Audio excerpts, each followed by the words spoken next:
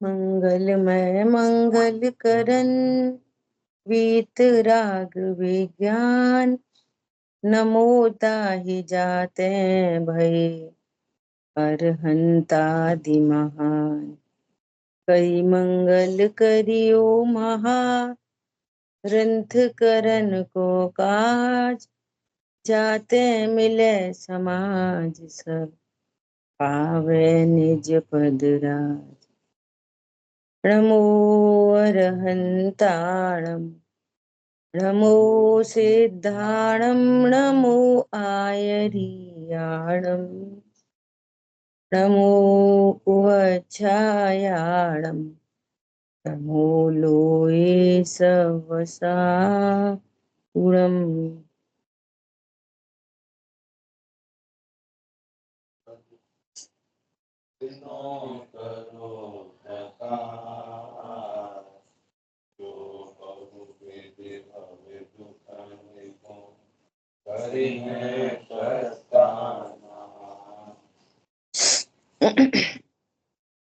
मोक्ष मार्ग प्रकाशक जी ग्रंथ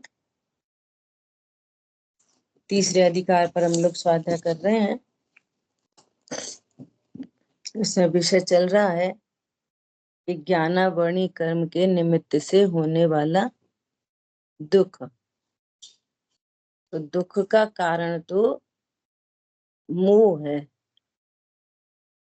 दुख का कारण तो मोह है, ऐसा कह रहे। अपना विषय चल रहा था कि दुख उत्पन्न हो रहा है, जो ज्ञान है वो इच्छा सहित होने के कारण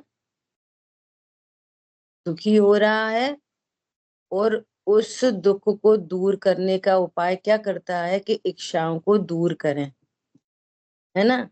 तो नाना प्रकार के भोजन आदि इनसे इंद्रियों को प्रबल करता है, और इंद्रिय प्रबल रहने से मेरे विषय ग्रहण की शक्ति होगी। वहां अनेक कारण चाहिए, सो उनका निमित्त मिलाता है ना। ये सब अपनी बात हुई। देखो अब पैराग्राफ है 4th नंबर, ठीक है। 4th नंबर पैराग्राफ से बात करनी थी। इस प्रकार जो उपाय इसे भासित होते हैं सो करता है। इस प्रकार जो उपाय इसे भासित होते हैं सो करता है। क्या क्या करता है कि जो ज्ञान है वो परोक्ष होने से इंद्रिय मन के द्वारा प्रवर्तन करता है ना। तो इंद्रियों को अच्छा रखना चाहता है, एक बात।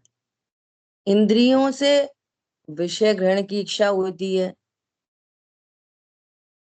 ना। तो उन विषयों का ग्रहण करना चाहता है, अर्थात जानना चाहता है। ग्रहण करना मतलब जानना।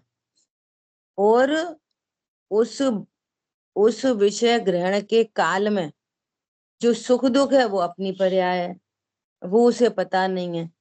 तो ऐसा लगता है कि विषयों को ग्रहण करते रहूंगा तो सुखी होऊंगा, तो विषयों को जोड़ने में लगा रहता है, और वे इसके अधीन है नहीं।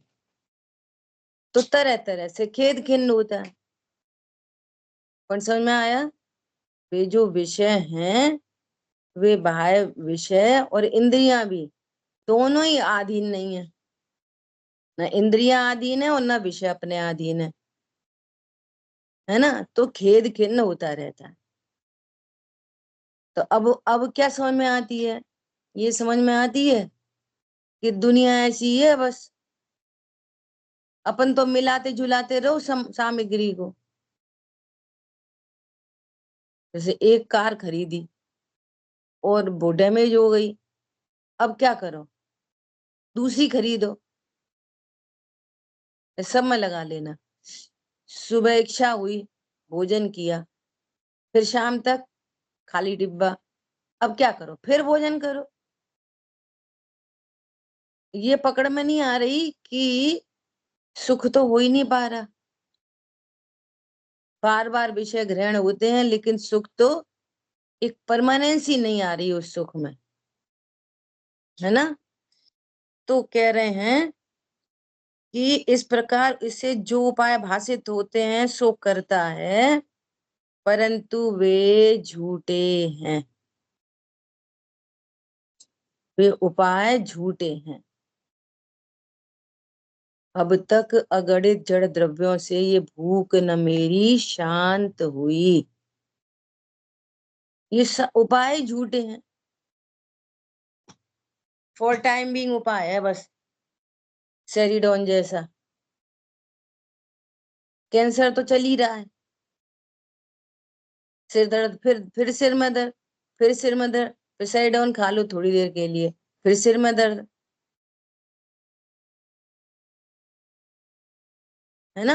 कोई लोग में भी बोले कि डॉक्टर साहब तुम ट्यूमर उमर छोड़ो, कैंसर छोड़ो, आप तो सिर दर्द की दवाई देते रहो बस। अरे बेटा, तुम्हारा कैंसर रिमूव कर दें, ट्यूमर रिमूव कर दें, तो सिर दर्द होगा ही नहीं, दवाई खानी ही नहीं पड़ेगी सिर दर्द की। ऐसे ही मिथ्यात्व के जाने पर इच्छा उत्पन्न ही नहीं होती। क्या बोला? और वो इच्छा भी क्रम से मिट जाती है, सडन नहीं मिटती, ये साइंस है। अनंतानुबंधी मिटेगी, अप्रत्याहार मिटेगी, प्रत्याहार मिटेगी, ये थोड़ा सा टाइम टेकिंग प्रोसेस है ना।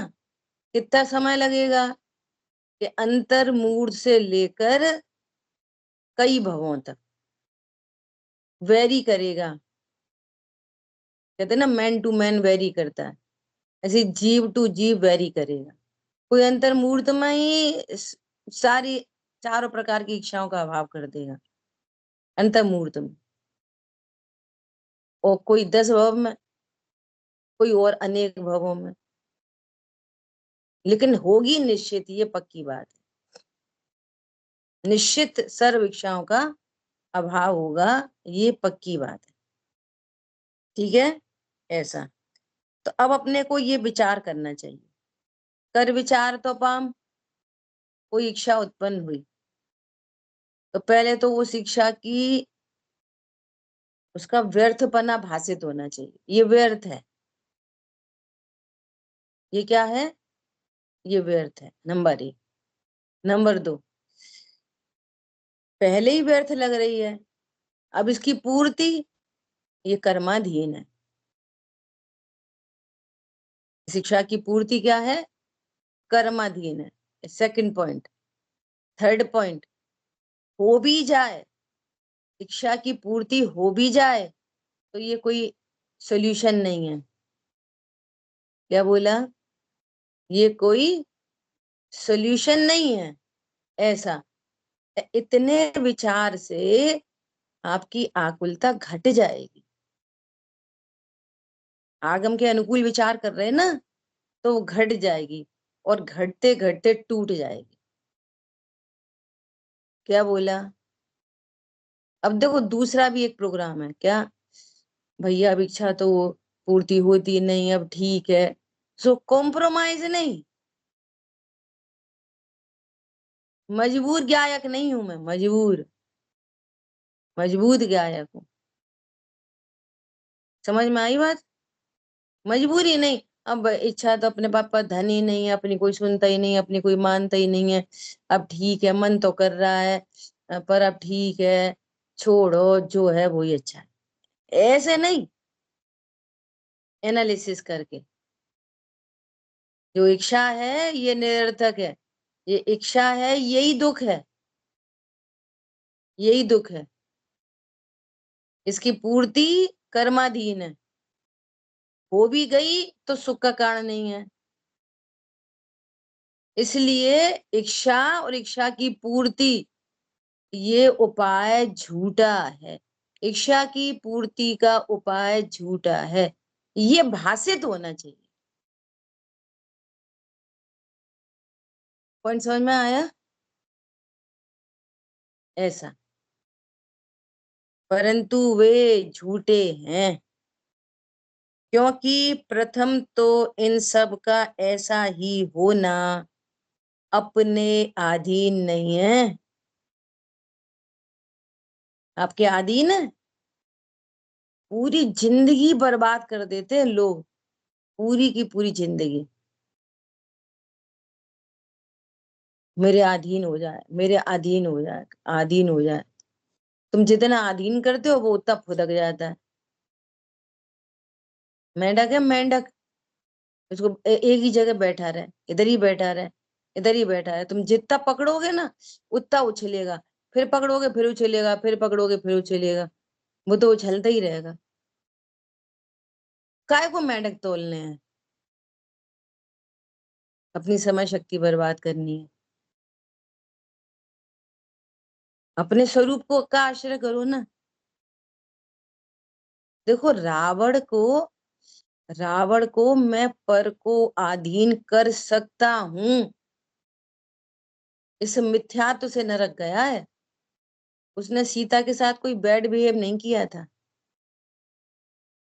मैं पर को अपने अधीन फरमा सकता हूं, ये सारे पर पदार्थ मेरे अधीन होने चाहिए। क्या बोला? ये मिथ्यात्व का कारण है। ये मिथ्यात्व कारण नहीं, ये मिथ्यात्व है, और जो नरक निगूत का कारण है। तहत चैत आवर्तन क्यों धरा? वहां तो कोई ऐसी स्थूल हिंसा झूठ चोरी कुछ परिग्रह दिखाई नहीं दे रहे थे। फिर देवादिक इंद्रिय एक इंद्रिय में क्यों गए? समझ में आ रही है? बहुत विचार करना चाहिए। और विचार अकेला विचार नहीं, अपनी परिणति से मैचअप करो। ऐसी कंडीशंस बनती हैं, दिन भर बनती रहती हैं, वहां पर भी ध्यान करो। अगर ये इच्छा पूर्ति नहीं होगी तो क्या होगा? क्या होगा मेरे में, क्या होगा?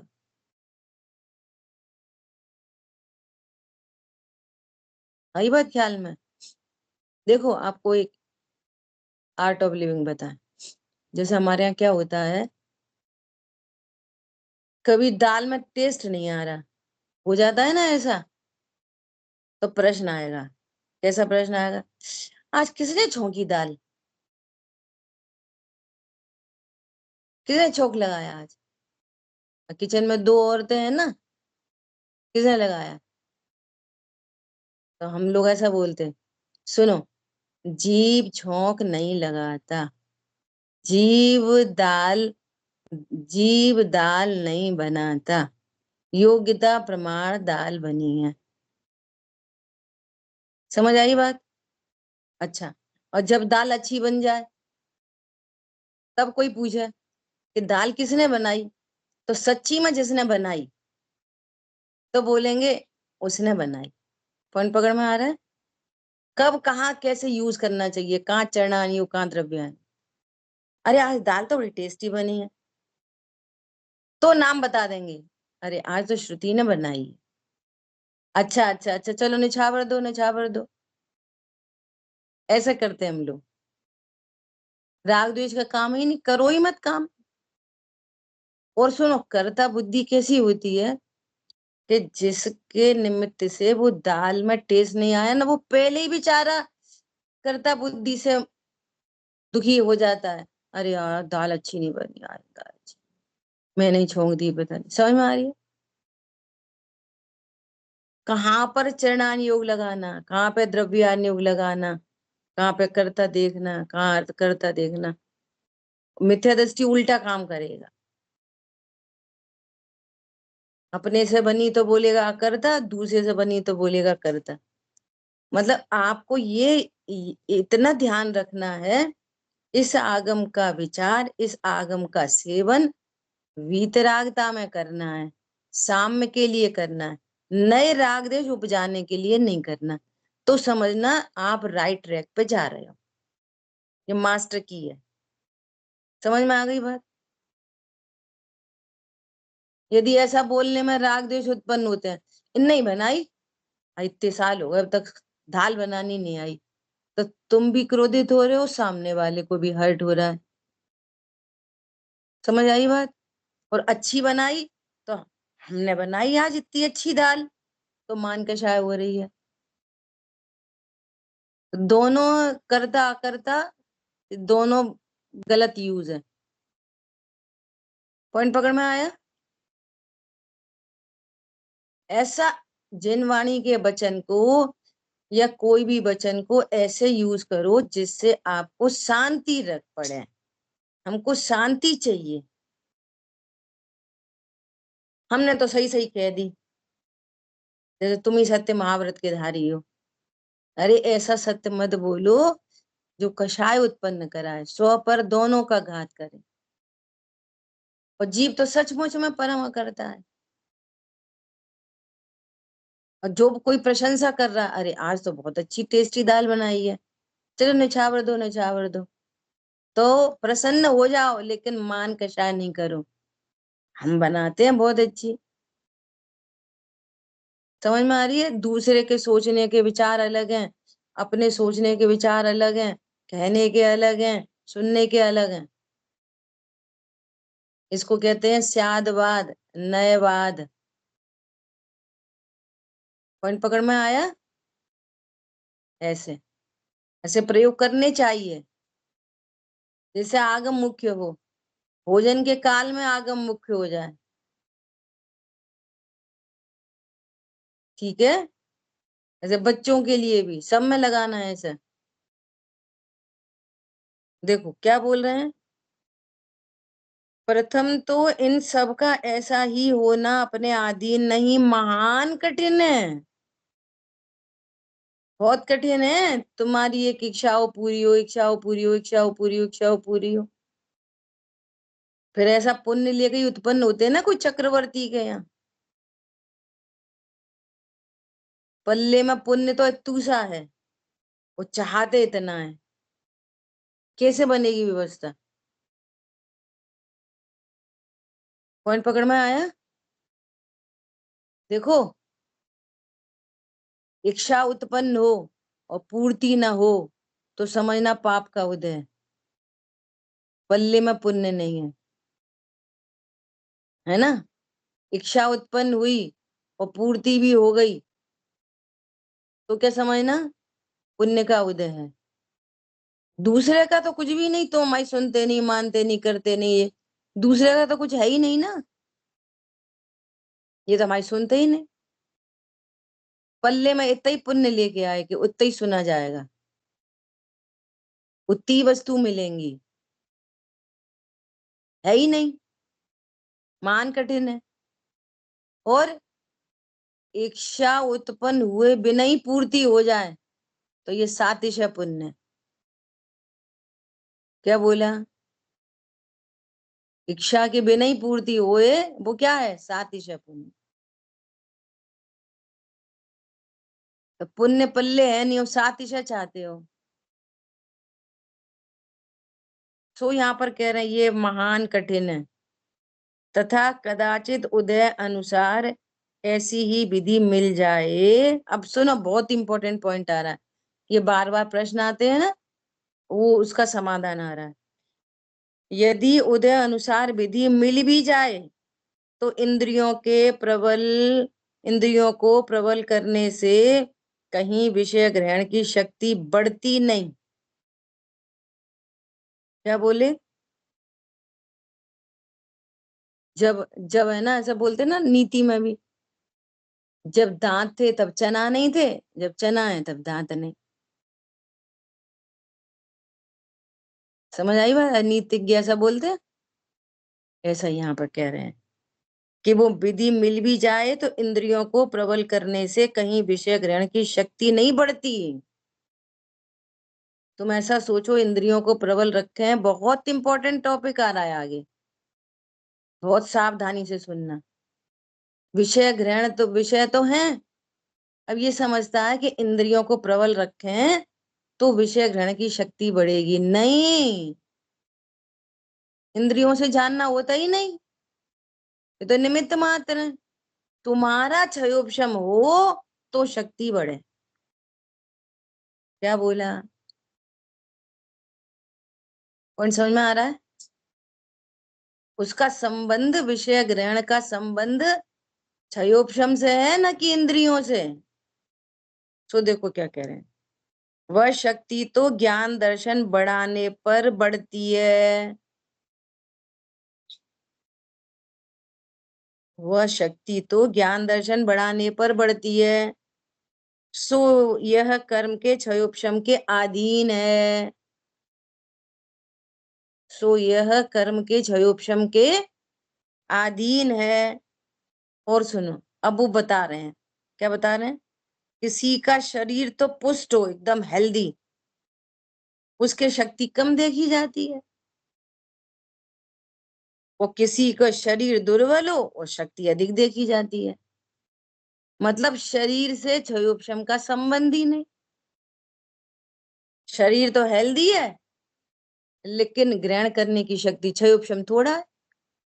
होते ना बहुत मोटे ताजी लोग, एकदम बढ़िया, और ज्ञान बहुत हीन है। और कोई दुबला पतला है, बहुत शार्पनेस है।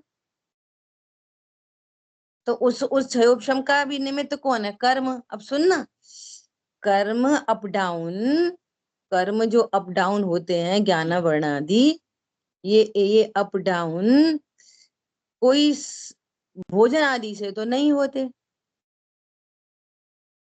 कर्म अप डाउन तो परिणामों से होते हैं। भोजन अच्छा करो और परिणाम खराब रखो तो भी ज्ञान दर्शन हीन होते। पहली बात आ गई, वो यहाँ पे भी लिखी है। क्या कह रहे हैं, इसलिए भोजनादि द्वारा इंद्रियां पुष्ट करने से कुछ सिद्धि नहीं है। विटामिन ए खाएं के विटामिन ई खाएं कि बादाम खाएं कि क्या खाएं, भोजन से संबंध ही नहीं है क्षयोपशम का। क्षयोपशम का संबंध तो ज्ञानावर्णी कर्म से निमित्त नैमित्तिक संबंध है। क्षयोपशम का संबंध किससे है? जीव की पर्याय का घनिष्ठतम संबंध किससे है? ज्ञानावर्णी कर्म से। और कर्म तीव्र कषाय से तीव्र बंधेगा, भोजन कुछ भी करते रहो। मंद कषाय से मंद बनेगा, भोजन कछु भी होता रहे। सीधी सीधी।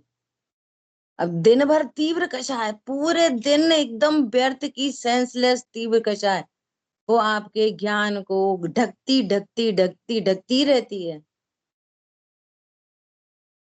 और खा रहे क्या चीज? हलवा पूड़ी बादाम, विटामिन B12, विटामिन D और स्वर्ण भस्म, और कुछ पूछो ही मत। क्या बोला? पहले ही बात हो गई, घाती कर्मों का तो निरंतर बंद ही होता है। घाती कर्मों का तो निरंतर बंद होता है। तीव्र कषाय से तीव्र बंद होता है, और मंद कषाय से मंद बंद होता है। तो बोलो तीव्र कषाय किसके किसके लिए फायदा, अपने लिए कि दूसरे के लिए?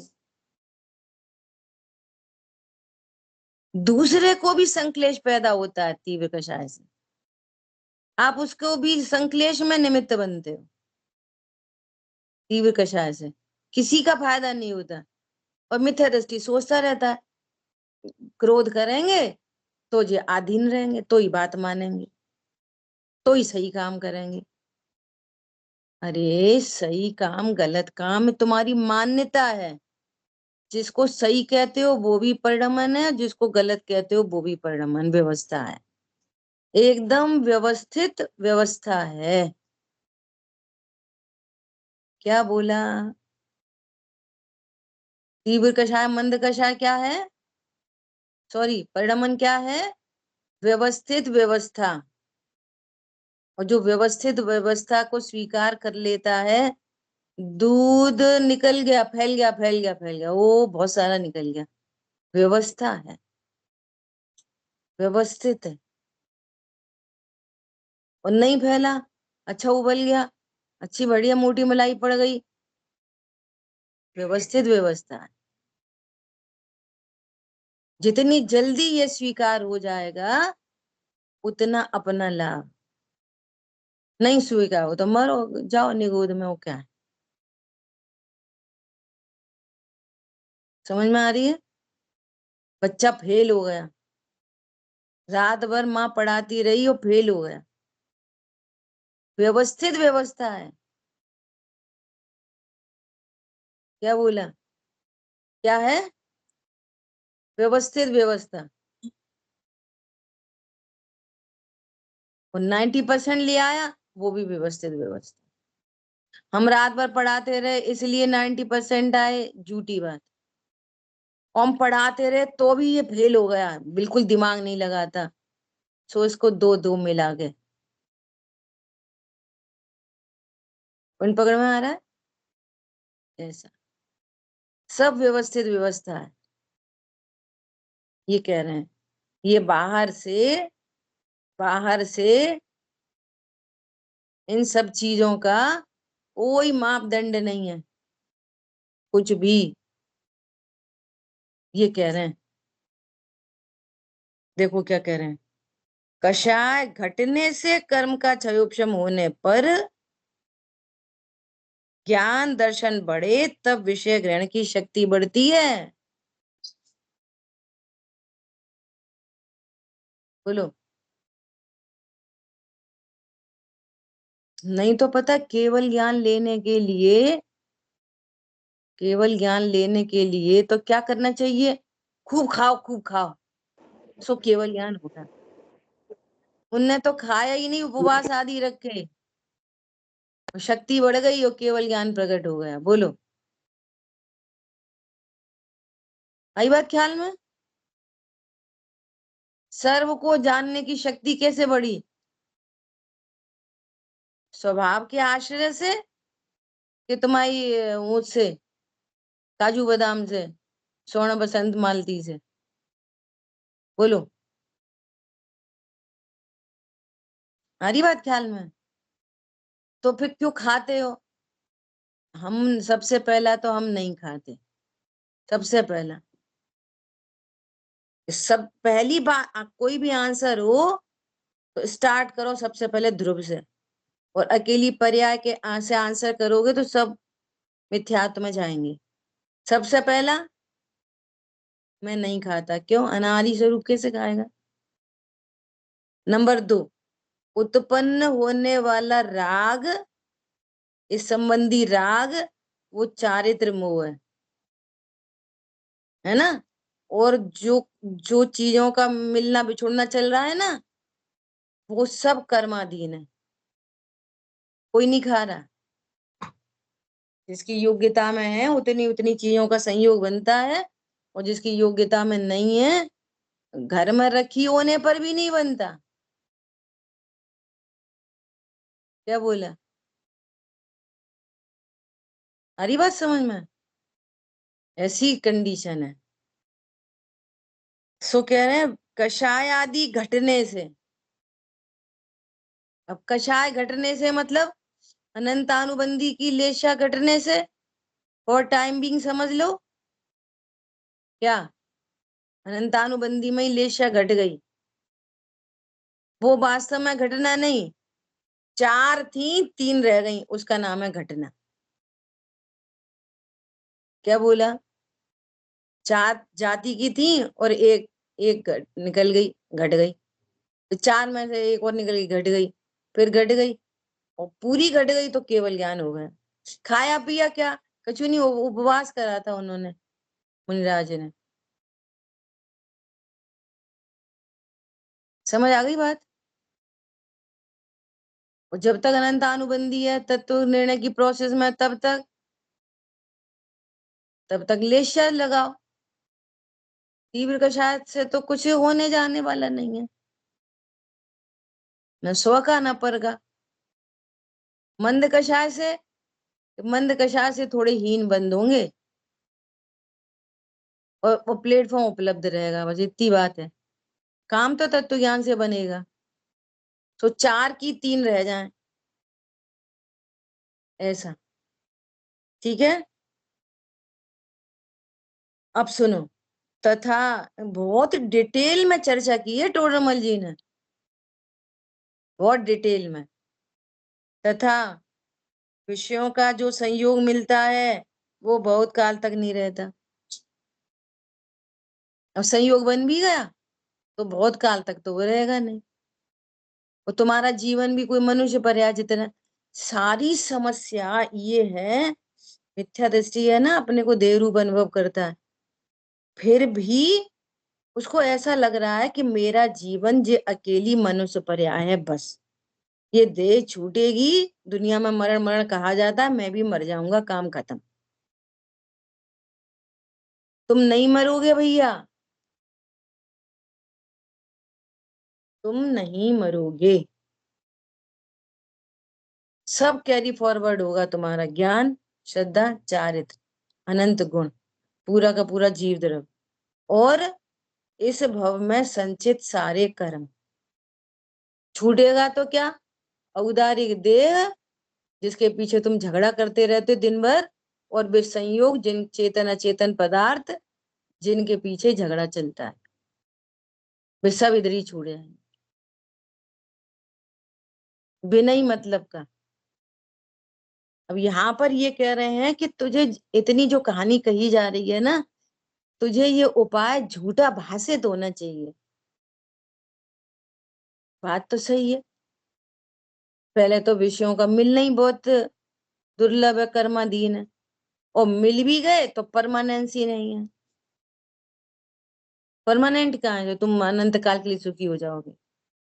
अनंत काल छोड़ो, इस पूरे मनुष्य भव में सुखी हो जाओगे? हो जाओगे क्या? भाई जी कल परसों बोल रहे थे,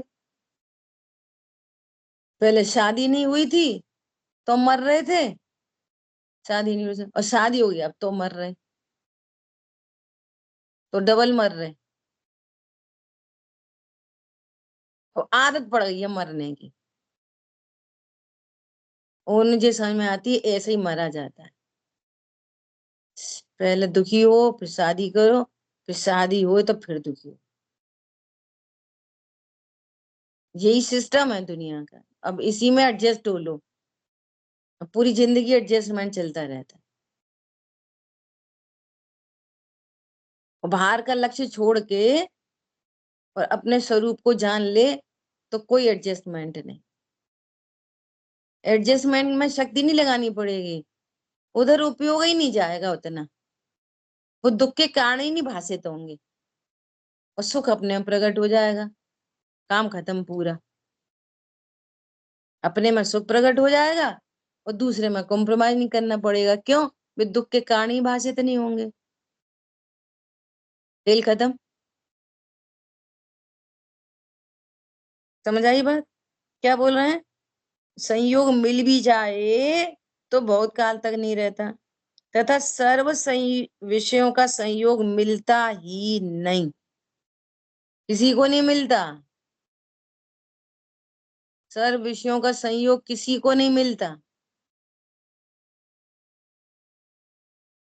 बड़े बड़े चक्रवर्तियों को नहीं मिला, 63 साल का पुरुषों को नहीं मिला, इतने सातिश पुण्य के धारियों को नहीं मिलता। क्या बोला? देख लो प्रथमान युग उठा के, रावण विषयों के अधीन होने के कारण पूरा विवेक खो बैठा, और कोई वो क्या था, वो अर्धचक्री था, क्या था वो, है है ना? बोलो। त्रिखंडाधिपति था वो, कुछ छोटी मोटी हस्ती नहीं थी, और एक विषय के चक्कर में नरक जाना पड़ा, विचार करो। उसकी भी तो पूर्ति नहीं हुई, त्रिखंडाधिपति की भी तो। तुम क्या हो? कुछ नहीं, उसकी भी तो सर्व इच्छाएं पूरी नहीं हुई। रामचंद्र जी को ले लो, कहाँ सर बेचारे भटकते ही रहे जंगल में, रावण चुरा ले गया, फिर माँ ने जंगल में निकाल दिया, फिर वो गया, पूरी जिंदगी कितने स्ट्रगल में गई है। ऐसे ऐसे महारथियों की भी जिंदगी कितनी स्ट्रगल में गई है। सर्व इच्छाएं किसकी पूरी होती हैं? तो तुम अपनी इच्छा पूरी करना चाहते हो, इसलिए इच्छा का त्याग ही कार्यकारी है ना? ऐसा क्या बोल रहे हैं? इसलिए ये आकुलता बनी ही रहती है, सारी इच्छा पूरी होती नहीं, इसलिए आकुलता बनी ही रहती है, दुखी होता ही रहता है, तथा उन विषयों को अपने अधीन रखकर शीघ्र शीघ्र ग्रहण करता है, किंतु वे अधीन रहते नहीं। ओपन करके देख लो एक एक विषय को, पांचों इंद्रिय के विषय को, वे अधीन रहते नहीं। एक विषय पूरा होता है, दूसरी इच्छा चालू हो जाती, दूसरी पूरी, तीसरी चालू हो जाती, तीसरी, चौथी चालू हो जाती है ना। वे भिन्न द्रव्य हैं, वे भिन्न द्रव्य तो अपने अधीन परिणमित होते हैं या कर्मोदय के अधीन है। वे भिन्न द्रव्य अपने अधीन मतलब हमारे नहीं, वे उनके खुद के अधीन। वे भिन्न द्रव्य अपने अधीन, हमारे नहीं लगाना, हमारे अधीन है, वे उनके खुद के अधीन। इसके लिए मैं बहुत बार एग्जाम्पल देती हूँ, बहुत बार, कि घर में जितने भी चेतन पदार्थ है ना, उन सबको एक एक स्फटिक मणि देखो, और रंग बिरंगी है, सबके कर्म के उदय हैं, घाती अघाती। और हमारी ये इच्छा है कि ये है ना गुलाबी झलके, और उसकी क्रम में पन्नी आ रही है नीली, तो तुम कितनी समय शक्ति लगा दोगे कि वो गुलाबी झलक जाएगी? बोलो, कौन सा उपाय करें, कौन सी साइंस लगाएं? बता, समझ में आ रही है नहीं आ रही? उसके क्रम में आ रही नीली, तो वो उसके अधीन है, तुम्हारे अधीन नहीं है। हम कह रहे चुप बैठो, कैसे चुप बैठे? बोलो, वो किसके अधीन है? उसके अधीन, तुम्हारे अधीन नहीं है। उसके कर्मों के दय के अधीन है, आपके अधीन नहीं है। अच्छा छोड़ो, आपके परिणाम तो आपके अधीन है, तो फिर दूसरे के तो अपने सुधार लो।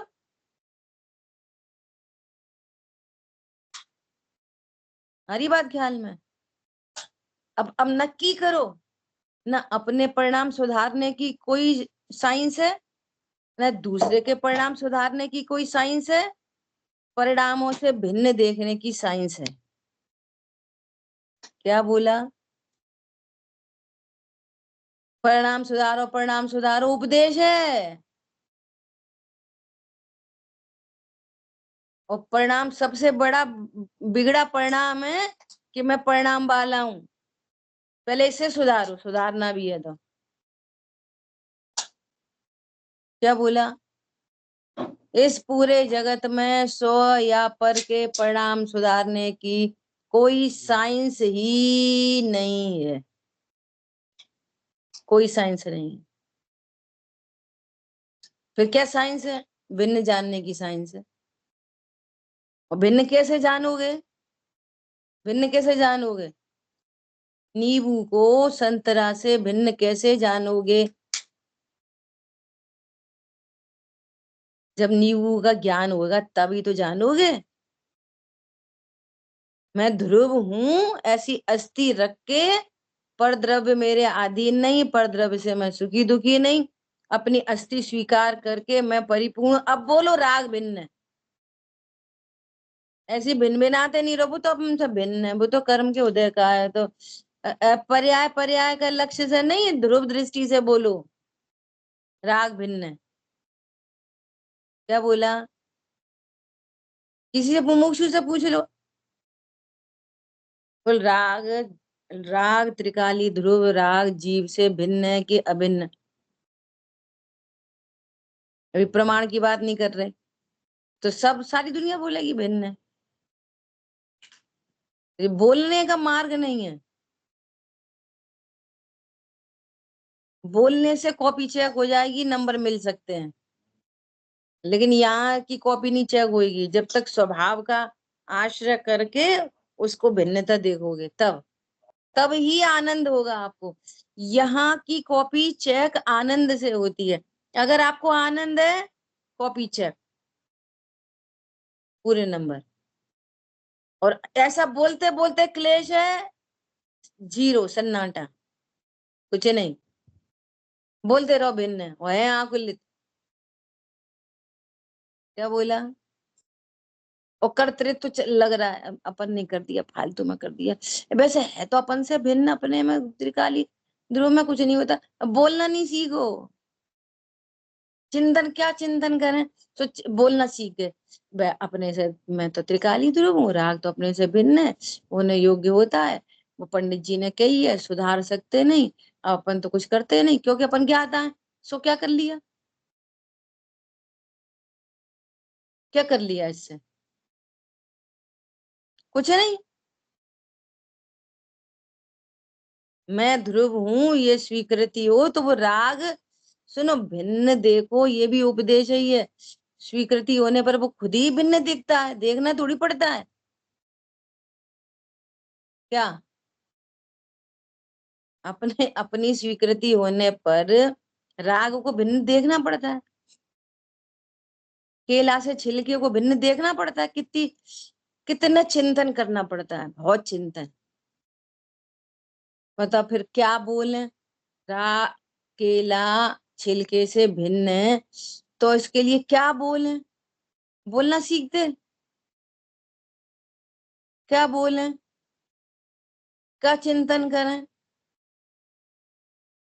चिंतन भी नहीं करना पड़ता, भिन्न भाषित होता ही रहता है। क्या बोला? वेद विज्ञान, पंडित साहब ने एक बार बोला था, पुरुषा सिद्धि उपाय में भी लिखा है, वेद ज्ञान घोकने की चीज नहीं है। बार बार बार बार, इसलिए भाई जी ऐसे मस्ती भरे एग्जाम्पल देते हैं, ऐसे विचार करना पड़ता है। अम्मा मैं पति बन गया, एक भाव डेवलप हो जाता है, मैं पति बन गया, और ये मैं भूल गया तो, सुन, मैं तेरा पति बन गया, तुझे पता है, ऐसी मजाक से बात करते हैं इसीलिए। क्या बोला? छिलका छिलका केले से भिन्न है, इसके लिए कितना चिंतन करना पड़ता है, बोलो, चिंतन की जरूरत है? क्यों नहीं है?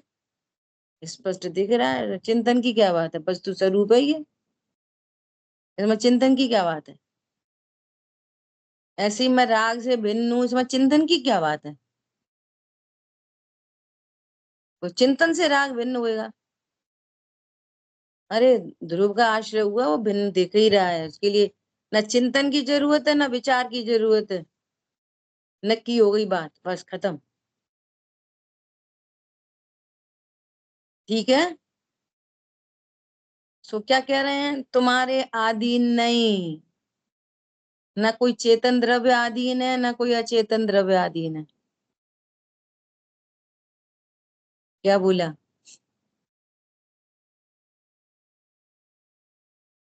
1 लाख की एक मोटरसाइकिल, वो क्या स्कूटर खराब हो गया, 1 लाख का, तो वो तो 1 लाख का दिखाई दे रहा, और उसके पीछे परिणाम खराब हो रहे वे कितने करोड़ के हैं, पता है कुछ? बोलो।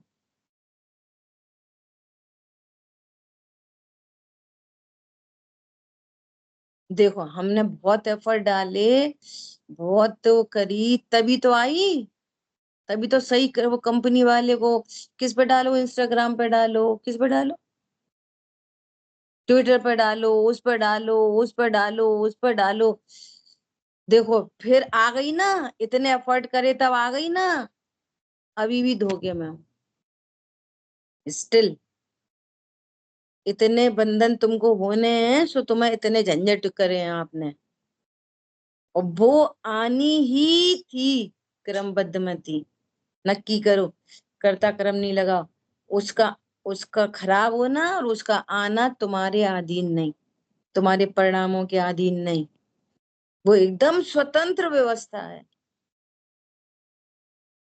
एकदम स्वतंत्र व्यवस्था। समझ में आई बात? अब ये बात भी फालतू है ना बोलनी, समझ में आई क्या? फालतू है कि नहीं? यहाँ योग्यता है कहने की, समझ में आई, और वहां योग्यता है समझने की, जिसको जितनी आई उतनी आई। ये बस एक निमित्त नैमित्तिक संबंध बना हुआ है, कर्ता कर्म कुछ नहीं है। हमने समझाया इतना अच्छा, हम समझा नहीं पाए। हम कौन समझाए? ध्रुव है परमात्मा। तो कल से मत लो क्लास, कि मत लेने की भी गुंजाइश नहीं और लेने की भी गुंजाइश। इतनी स्वतंत्र व्यवस्था है। क्या बोला? मत लेने की भी गुंजाइश नहीं और लेने की भी गुंजाइश नहीं। गुरुदेव श्री से सब ऐसा प्रश्न करते थे। साहब आप कहते हो कोई किसी को समझाता नहीं, तो रोज क्यों बैठ जाते समझाने? तो गुरुदेव श्री कहते सबसे पहला तो मैं समझाता ही नहीं।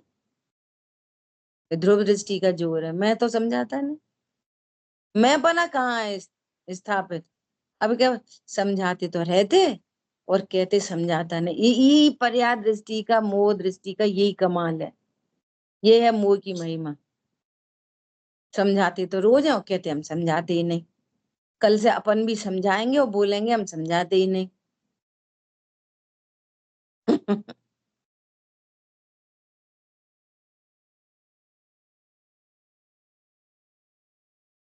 आई बात ख्याल में?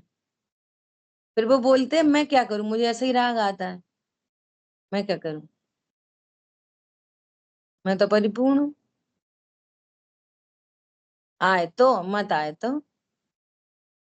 कौन देखो, अपनी क्लास में भी जितने लोग हैं, कौन बीन बीन बटोर बटोर के लाया है कोई? बोलो। अभी भी कितने लोग हैं जो प्रत्यक्ष नहीं मिले? नहीं, बात है। क्या बोल रहे हैं देखो।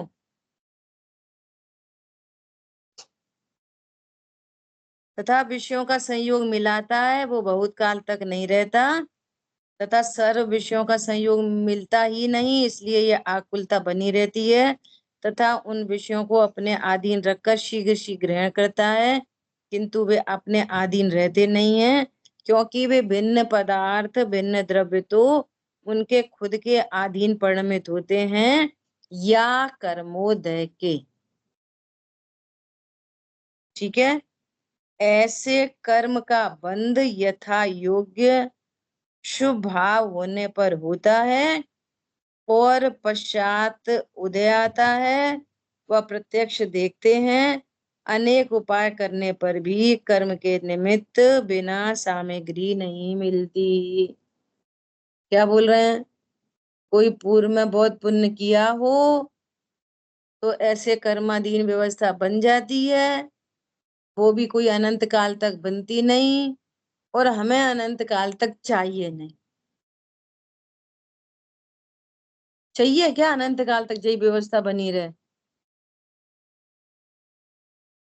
जन्म जन्म प्रभु पाऊं तो काय को पाऊं, अपने प्रभु को नहीं देखूं? क्या बोला? पंडित साहब ने कितना बढ़िया लिखा है, निज चैत्य बनाऊं ईश, परिणति करूं मैं मंदिर, ध्रुव चैत्य सदा उस अंदर। अरे अपनी परिणति को मंदिर, मंदिर किसे कहते हैं? जहाँ भगवान रहते हैं।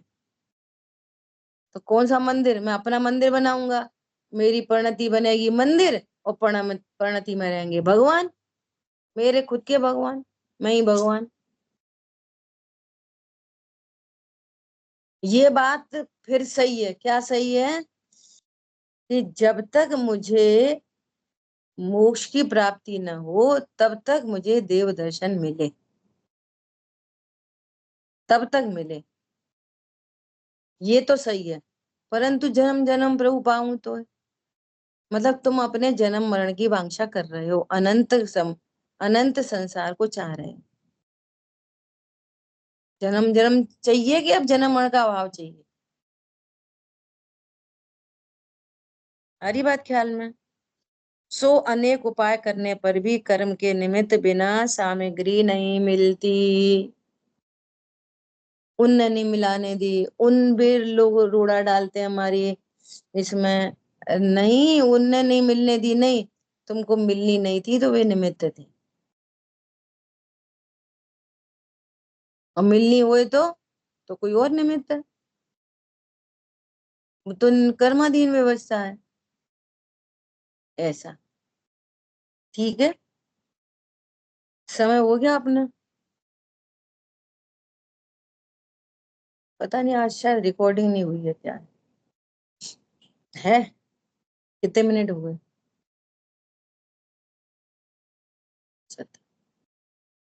चलो, मुझे कल की गोष्ठी की एक दो बातें करनी थी। गोष्ठी कोई सुन रहा है नागपुर वाली? नहीं सुन। चलो ठीक है, दो विषय आए थे, कल करेंगे चर्चा, समय हुआ। जिन वाणी के ज्ञान से सूझे लोकालो, तो वाणी मस्तक नमो सदा देत हूँ दो। बोलिए द्वारशांग मई जिनवाणी माता की जय। जय जिनेन्द्र सभी को।